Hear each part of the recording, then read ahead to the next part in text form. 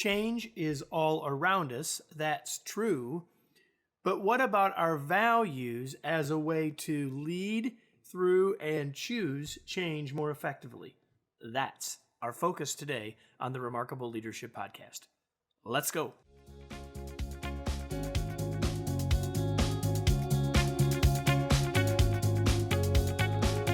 Welcome to the Remarkable Leadership Podcast. We are here each week to help you lead more confidently and make a bigger difference, both professionally and personally. This episode is sponsored by Kevin's free weekly e-newsletter, Unleashing Your Remarkable Potential, which is full of articles and resources to help you become a more confident and successful leader. Sign up by going to remarkablepodcast.com/newsletter. And now, here's your host, Kevin. Welcome to another episode of the Remarkable Leadership Podcast, everybody. So glad that you're here. Change is all around us. Do I really need to remind you of that? I guess right now that's probably pretty obvious to you.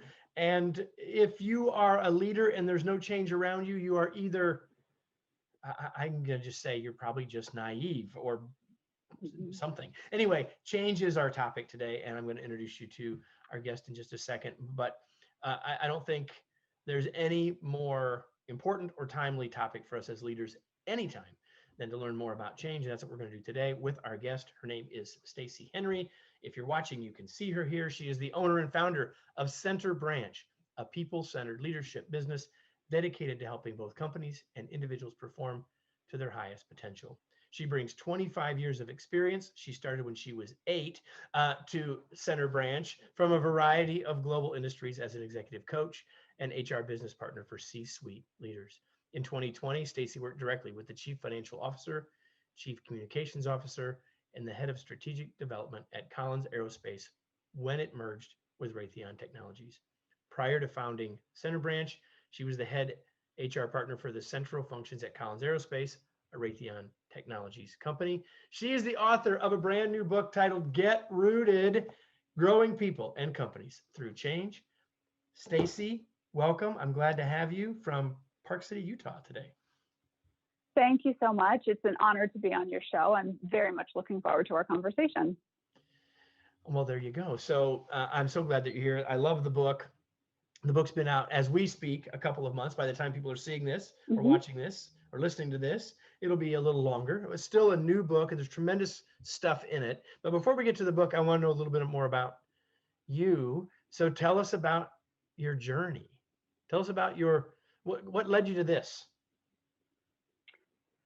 So first and foremost, I'll thank you by saying that I started, working at 8 years old. I was actually 9, so we were all just a little. No, I'm kidding. I got to where I'm at today really through a very windy road. I started out my career wanting to, air quote, help people. I was a social worker. And I realized very quickly that that wasn't helping me. I took it very personally. It hurt my heart when I couldn't see the change. And so I pivoted, thought I was going into a career where I was still, air quote, helping people. And it actually ended up being a sales job.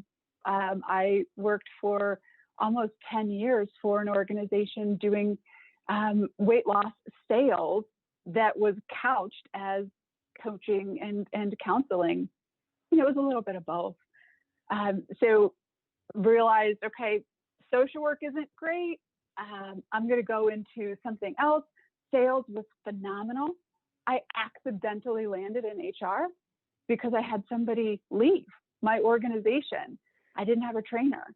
So I call up my boss at the time and I say, so-and-so left. We have this 3-week sales and service training.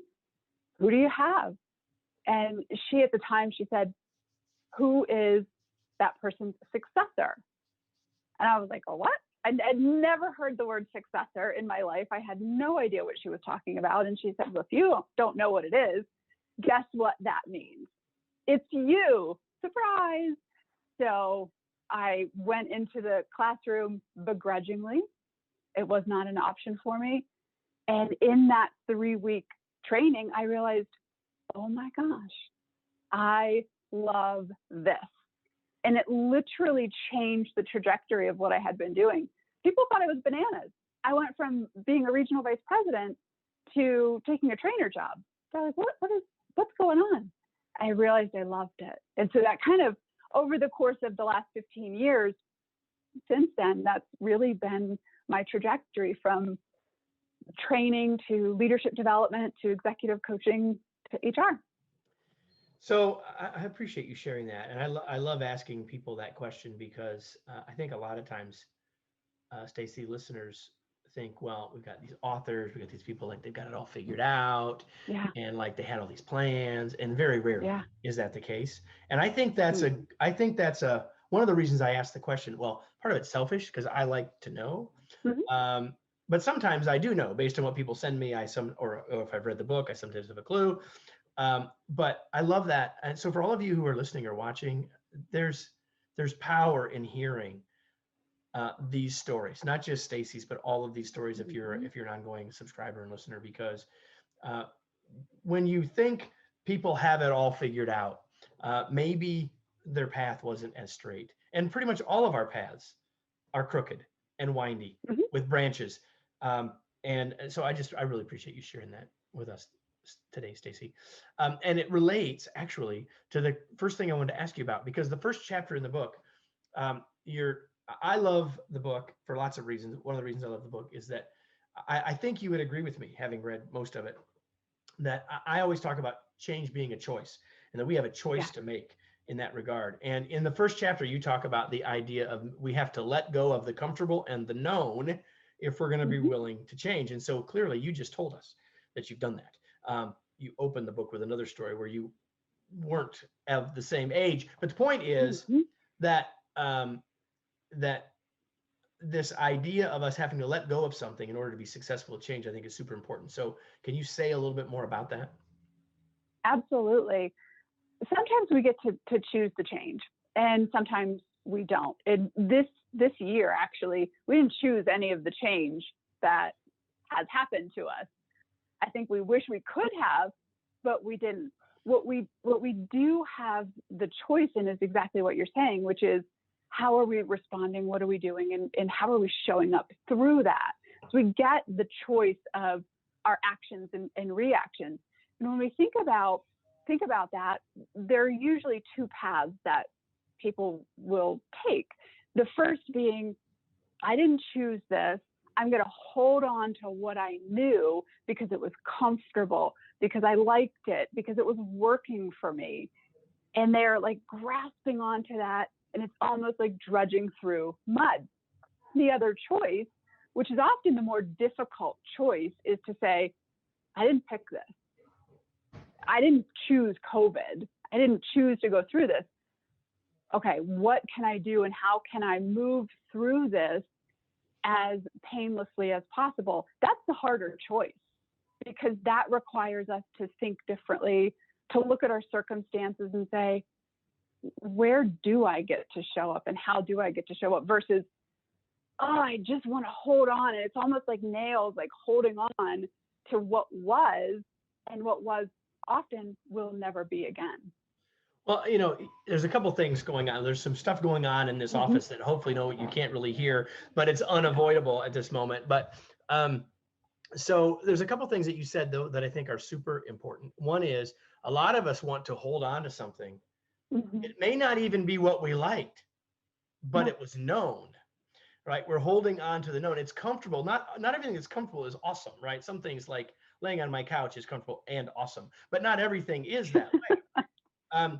But the other thing is that there's been so much discussion about the quote new normal. And everyone wants to talk about the quote new normal as being something bad. But from my perspective, Stacy, the new normal, first of all, normal is always changing. I could give you 100 examples. Like, normal's never static. And so to automatically assume that the new normal is going to be worse is a fallacy, and silly, in my opinion. It's going to be different, but that's no different than before. Yes, this cataclysmic thing called COVID, there's no doubt. We can't ignore it. We shouldn't want to ignore it. But I think you're exactly right. We've got to make a choice to think forward. And In your book and in the name of your company, you talk about, well, the name of your company is Center Branch, and the metaphor in the Mhm. book is about the roots that hold us solid, our values, if you will. Can you talk Mhm. about why you picked that metaphor and why it's such a powerful one for you? Absolutely. Absolutely. When I think about people, when I think about leaders, either a leader of self or a leader of others, I I have always thought in a similar vein to a tree.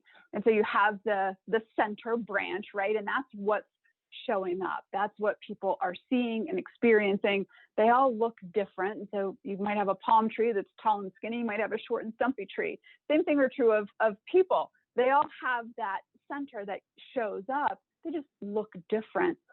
Beneath that and what helps them to show up and what people are experiencing are their roots, and what you're, as an individual or as a company, what you are rooted in, whether it's trust versus control or relationship versus disengagement, you name it, that's what is feeding your center branch. And so I think about people, leaders, and trees in a very similar vein. We all have something in common, it's our core, and then we're all rooted in something.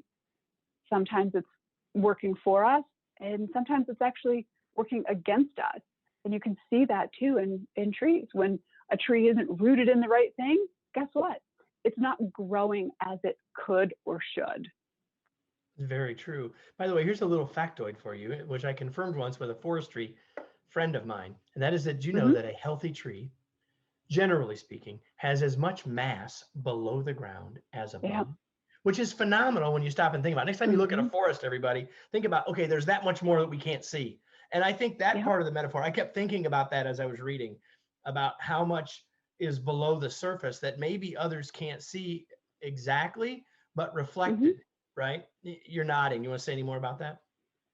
Well, it's so true. And that's, I mean, as people and as leaders, it's that breadth of what we're rooted in and how strong that is indicative of how we are as a leader. And it reminds me of, there's actually a grove of aspen trees in South Central Utah, where exactly what you're saying, all the roots are interconnected, and it is the largest living organism on Earth. And people don't realize exactly what you're saying. The breadth of that is amazing. Well, there you have it. So we're going to go out of the forestry Yeah. lesson, everybody, and we're going to continue to talk about change and creating change. And the thing that that is the focus, it is the focal point of the book. And so I'm assuming the Mhm. focal point of your work is is that you're pulling together the idea of our value system and the connection of that to how we will change, choose to change or Mhm. not. And so you've identified 8 universal values. So I want you to tell us what they are in a minute. But first, I want you to tell us how you came to determine these to be 8 universal ones, how you picked them, what led you to that Mhm. set. Because my experience is you ask people, say, well, what are my values? And they get this blank, many people get this blank stare. Or Yeah. if you ask them to work on it, they're like, this is hard, right? So how did you come to define these 8 as such? And then we'll unveil them in a sec. Yeah. It's a lot of the experiences that I've had over the course of the last, 20 plus years, either personally or watching other people kind of grow through their leadership. And while in the book, I have 8 values or 8 roots, those aren't the only ones. And yours may be very different than mine. The kind of the outcome that I came to with why these 8 universal values are because they're the most common that I've seen. And they're the most common dichotomies. And what I like to talk about is there's one versus the other. And often I'll see the other pop up when we're having our not so great leadership moments. We're going to get at some of those in a minute. But what are the Mm-hmm. 8? And And I we need to unpack them all. I want us to. We'll unpack a few of them here in a minute. But like, what are the 8? So if you're listening mm-hmm. to the podcast, this is the time to slow down enough from whatever else you're doing so you can actually hear them. So Stacy, lay Yeah. the 8 on us. All right. So I'm reading because I don't want to get them out of order. So they are love versus conflict. And I'll actually say there was a lot of controversy over using the word love as a root in a corporate environment. You made the right choice, on in Kevin's opinion, to include it. Thank you. I appreciate that. Relationship versus disengagement, trust versus control. That's a route that I continually, on an hour by hour basis, practice. Integrity versus dishonesty, joy versus complacency, spirituality versus what I call nothingness. And then something also that I work on all of the time, the root of progress versus perfection. All right. So I have to tell you that I really like this idea of talking about them in pairs. I like that a lot. Mm-hmm. And I have to tell you that I wrote down two that I wanted us to talk about, and they happen to be the two that you said, the ones that you work on the most. So if you had to pick another one other than trust versus control or progress versus perfection, because I want to talk about both of those in a sec, if you had to pick another one that you feel like, hey, that's the one we ought to talk about today, what would it be? I would say relationship versus disengagement. I do a lot of work with my individual coaching clients on how they're showing up relationally, if they have true relationships within a workplace or even in a personal perspective, and what that means to them if they don't. So okay, so let's just I'll bite.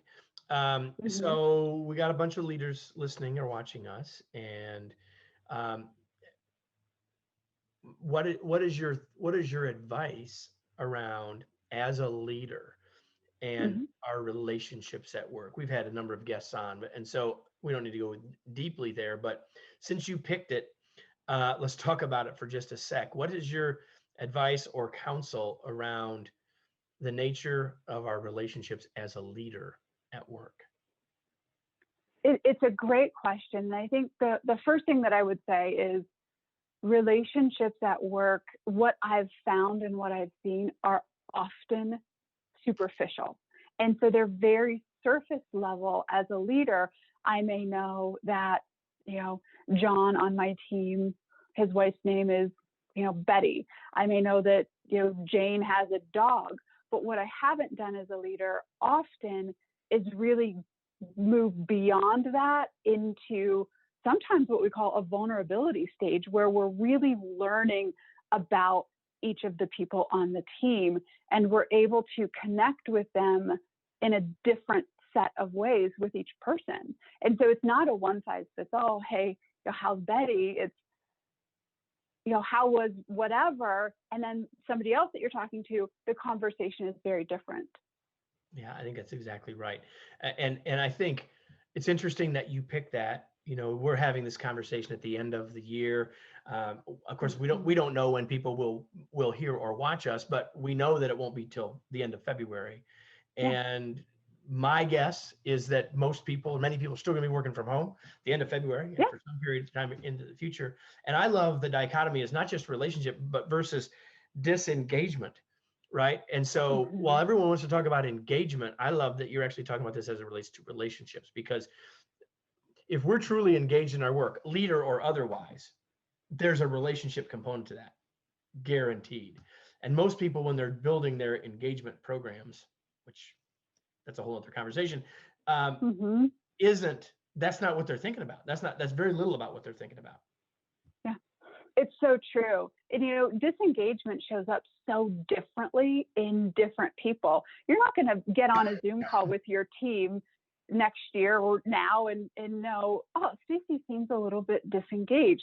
It's going to show up, maybe I'm logging on a few minutes later, and then a few minutes later, and a few minutes later, or maybe, I'm not connecting with my team as much.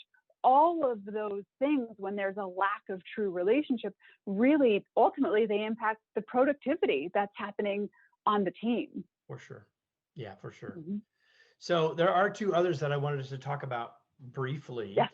And one is trust versus control. So talk about that dichotomy and how that all relates to our ability to change or help our teams change? Absolutely. And I'll start by saying that it's not always a one versus the other. There's a pendulum and there's a swing where there are times when, as a leader, you have to take control in crisis situations when things are going askew or you're not hitting your numbers or whatever it is. That's your job, right? Is to come in and take control. For the most part, what I suggest is that shifting to the root of trust and trusting your people to do whatever it is that you've hired them to do is going to take you much further in the long run. It's also probably the most common conversation that I have with leaders, because trust isn't something for many of us that comes naturally, especially when we're given this title or we're said, you're a leader, you have control over this. That feels like we have to own it because the buck stops here. And it actually doesn't. So working with people to help them identify, where is it even showing up? Are you micromanaging? Are you doing what I did, which was not allowing your team to really do their best work? Because truth be told, early in my career, my team would submit great work. I would look at it. I would say, that's okay. And then I would redo it. And what happened is it would show them I didn't trust them, and they actually stopped doing the work. Well, yeah, because you didn't trust them, like straight up. I didn't. Right. No. You wouldn't have said that in the moment, but that's exactly what was going on. Well, no, I wouldn't have, because I didn't know. I didn't know that that's what was happening until somebody labeled it for me. And so if I can share with other people that you may be rooted in control because you're exhibiting these things or doing, checking in too much or not allowing your team to, do their best work, that's an area where you can say, oh, I didn't necessarily know. And you can then shift. It's a whole different conversation when you do know. And then we have to work on that. Absolutely. And then the other one is the last chapter in the book. And it's progress versus perfection. So, and I think as it relates to change, this one is critical and maybe somewhat obvious. But talk about the dichotomy here, or the pendulum swing. I love that. I mean, you talk about versus, but you're often right. It's not about one or the other. It's like, where am I in this continuum? Yeah. So talk about what it is and then how that one connects to change as well. Absolutely. When we think about change, and we go back to the very beginning of our conversation, it's kind of holding on to that path. We know we were able to, we had, I don't want to say control, but we had this sense of security over the way things used to be. And in many senses, we could perfect that. And so when change happens and it doesn't feel like we're perfecting that, we're then going into overdrive of, what can I do? How can I make this perfect? What can I control? And so often control and perfection are tied. And with change, nothing is going to be perfect, ever. And if it is, I would love to talk to the person so that they can teach me how that actually works. So when we think about, let me just add one more thing to that before you go on. And then, so think about it. If things are constantly changing, even if it was perfect, it was only perfect as a snapshot. Yes. So even if you could get there, which I'm with you, I don't know that that's possible, but even if we could, it would only be a snapshot. It wouldn't be continual, right? Well, that's right. And we're always striving. If we're striving only for perfection, it's like we never, ever get it and we never get ahead. When we shift and we look at how do we apply progress towards the topic of change, we can actually say, here's where we're at, here's what we've done, it celebrates some of those successes along the way, which helps the team to build momentum and helps us to kind of move through that change curve, if you will, even quicker. It doesn't mean it's going to make it easier, but it does help us to get through it just a bit quicker. It also allows us to kind of give ourselves a break. The pressure of perfection is heavy. As somebody who's a recovering perfectionist, it feels like you never quite get there. And when you celebrate progress, it shows the team, okay, we're making headway. And it's a little bit of a kind of like a load off your shoulders, if you will. Yeah, you mentioned in the book, I think it was a mentor of yours or one of your leaders even, I think, said good is good. And I often say to my team, good is good enough, right? It's progress. We're moving in the right direction. Yeah. And I know that I have stymied myself by saying, I don't want to even try this because I want to make sure I get it right. And if I'm not going to get it right, then I'm afraid to start trying. So like, we got to get past that. And for all of us, and we won't change if we're waiting, right, to figure out the perfect way. Well, and we often don't realize too that perfection or the inability to move something forward or potentially not even start it, that's a leadership shadow that we're casting. Other people are seeing it, and we often don't. And that's what truly happened for me is this mentor. He was the CFO of one of the organizations that I worked for. I wasn't meeting his mark on a project that he gave me. And he's like, listen, this is going to affect your reputation, and it's going to affect how people see you and perceive you. Good is good. My response before that conversation was, I didn't want to turn in the work because it wasn't perfect. And I was more worried about that. What I had no idea about that was that by not doing that and by being slow because of perfection had a much different impact than I had even anticipated. Yeah. You've said several things. You just used the phrase, the leadership shadow, but you've said several things in the last few minutes that get at this idea. It certainly happens in trust as well. This idea that the other person is deciding. Right. Your intention with trying to go toward perfection was honorable, valuable, or whatever. Right. But it's the perception of our behaviors by others that ultimately matter, whether it's around trust or whether it's around progress versus perfection, or actually many of the others on this list. I mean, even if you are feeling joyful, if your behaviors don't transmit that or communicate that to others, doesn't matter, right? Doesn't matter. So go ahead, please.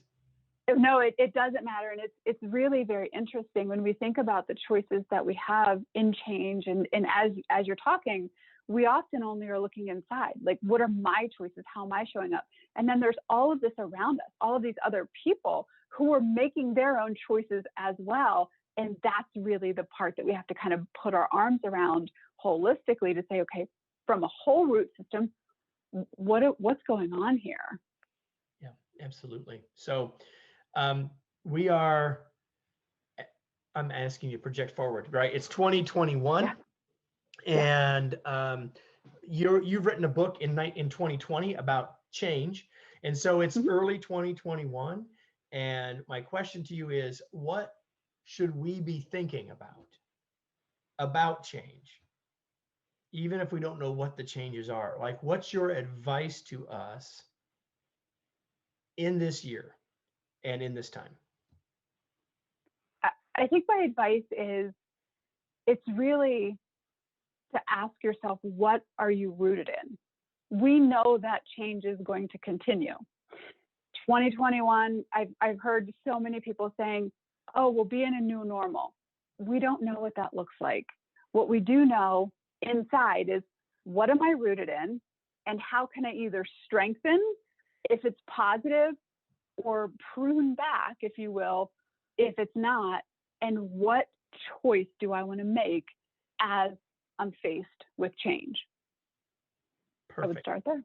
Well spoken. So let's shift away from all of that serious change talk. I want to know what you do for fun, Stacy. What do you do for fun?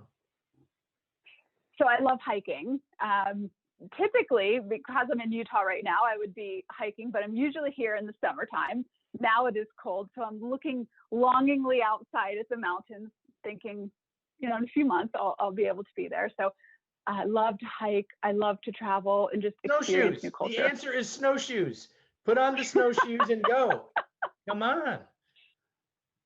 Well, so I will say I've most recently lived in Florida, and so it's a little cold for my Florida blood. I'm getting used to it, and it's a slow transition. That's how I'll say it.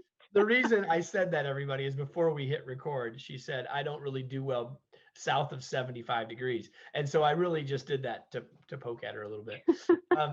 So, all right. So you love to hike. That's awesome. So now when you're not hiking, and now that you're not hiking because you're looking longingly out at that Yeah. in that cold weather, what are you reading these days? I'm actually reading, well, to be truth be told, I haven't started it yet, but it's the Patrick Lencioni book, The Motive. I was sharing with Kevin, most of my books are in storage in Florida, and this is the one that I brought with me. And so because it's in proximity, that is the one I'm going to start in the new year. Well, anytime you're reading Pat, you're heading in the right direction. So that's going to be great. So now I'll finally ask you the question you really wanted me to ask you from the start, Stacy. Where can people learn more about you, get connected, learn more about your work, get the book?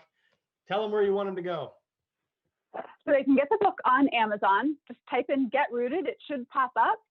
You can learn more about my company at www.centerbranch.com.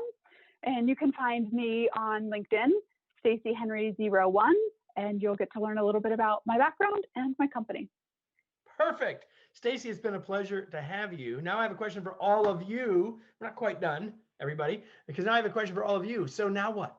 What action are you going to take as a result of this stimulating, interesting, educational conversation with Stacy? What action are you going to take? Maybe it's for you to spend some time thinking about your values. Maybe it's for you to think about how you're showing up with change. Maybe it's for you to think about one of those values pairs that we talked about and say, that's the one I need to think about a little bit more. There's likely work all of us could do if we simply took the trust versus control one. But we could literally take any of them and say, I'm going to spend some time working on that for myself or with my team. And I think both of us would encourage you to do that. But unless you take some action, it's kind of like, what's the point? I mean, I know Stacy and I are entertaining, but hopefully you can take a lot more than entertainment from this conversation. So Stacy, thank you so much for being here. It was a total pleasure to have you. Thank you, Kevin. It's been an absolute pleasure and an honor to be with you today.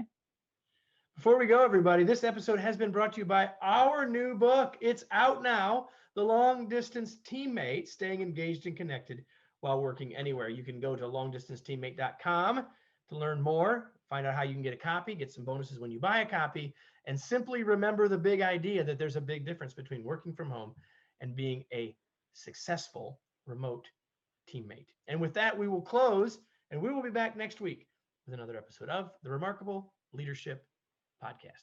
We'll see you all then.